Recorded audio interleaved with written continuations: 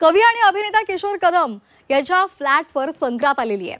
पुनर्विकासामुळे किशोरला बेघर होण्याची भीती आहे। सोसायटीच्या पुनर्विकासामध्ये अन्यायाचा आरोप सुद्धा त्याने केलेला आहे। सोसायटीच्या SRA अंतर्गत पुनर्विकास केला जाणार आहे आणि किशोरसह 23 फ्लॅट धारकांवर अन्यायाचा आरोप केला जातोय। बहुमताच्या जोरावर फ्लॅट धारकांवर अन्याय केला जातोय। अंधेरीच्या चकलामध्ये हवामहल इमारतीमध्ये किशोर राहतो। किशोर कदम यांनी सरकारला पत्र सुद्धा पाठवलेलं आहे। अन्यायाविरोधात सरकारकडे दाद मागितलेली आहे। विरोध असताना सुद्धा सोसायटीचा SRAच्या अंतर्गत पुनर्विकासाचा घाट हा घातला आहे असा आरोप सरकारला लिहिलेल्या खुल्या पत्रामध्ये किशोर कदम यांनी केलेला आहे। तर त्या पत्रामध्ये नेमकं काय म्हटलेलं आहे पाहूयात ग्राफिक्समधून।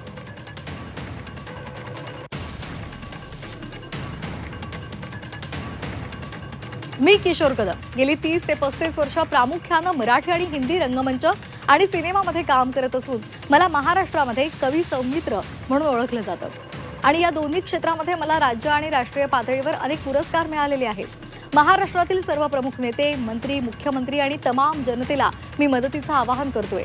मेजॉरिटीच्या नावाखाली मी राहत असलेल्या सोसायटीमध्ये रिडेव्हलपमेंटच्या प्रक्रियेमध्ये PMC आणि बिल्डर यांनी संगनमतानं कमिटी सभासदांची दिशाभूल करून आणि प्रचंड गोंधळ घालून माझं आणि इतर 23 सभासदांची राहती घरं धोक्यामध्ये आणण्याची शक्यता निर्माण करून ठेवली आहे।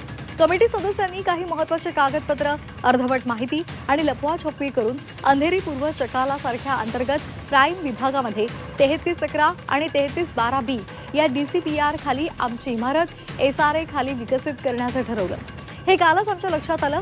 कमिटी चौकस नसेल, सोसायटी सभासदांच्या हितांचं पाहत नसेल, बिल्डरच्या चुकीच्या प्रभावाखाली असेल तर सामान्य माणसांची राहती घरं एखाद्या ट्रान्झिट कॅम्पसारखी होण्याच्या शक्यता कशा निर्माण होऊ शकतात याचं उदाहरण म्हणजे आमची अंधेरीतली हवामहल सोसायटी।